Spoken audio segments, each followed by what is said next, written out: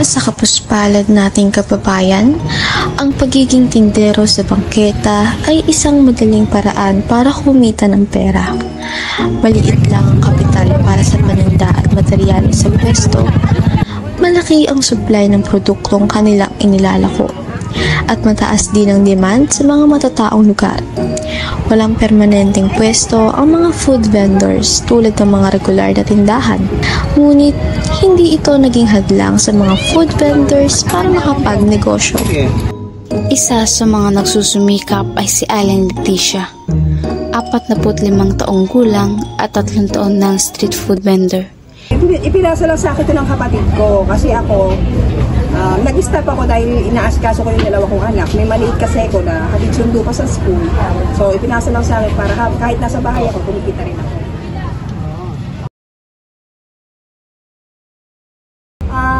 Hindi naman ginawang matatawag yun. Ang advantage sa akin yung pagtatrabaho ko na nandito sa bahay. Yun nga, nasusubaybayan ko yung 2 kong anak. Tsaka yung maliit ko kasi, hatid sundo pa nga. Para sa akin, hindi ginhawa yung advantage. Kasi sa pagiging vendor, ang kalaban namin dyan yung tag-ulan at saka yung pagbabaha. Pag gano'n ang mga sitwasyon, mahina ang benta, matulungan. Binibenta ko kasi, pagkain masa. At saka yung mga estudyante, kayang-kaya nilang bilhin. Ganun din yung mga taga-munisipyo, abot kaya din nila yun. Pakahirap kasi mangamuhan, kasi nung dalaga ako, nangangamuhan ako, ang hirap. Ang hirap yung mayroong kang amo.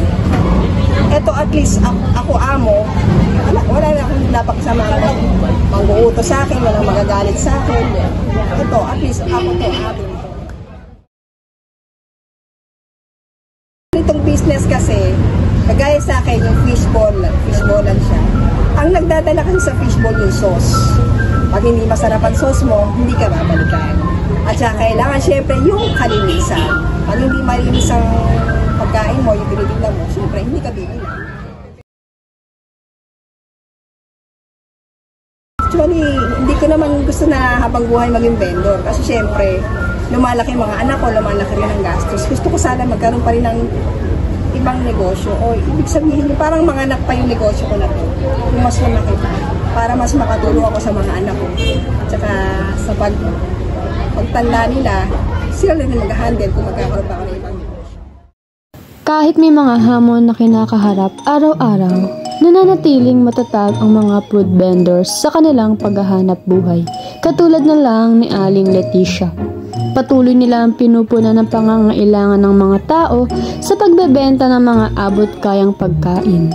Ipinapakita nito ang kanilang sipag at tiyaga.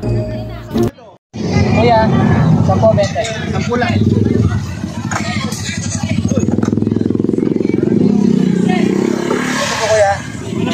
Ang pagiging street vendor ay hindi lamang isang simpleng paraan ng pagkita ng pera, kundi isang mahalagang bahagi ng ekonomiya at kultura ng ating bansa.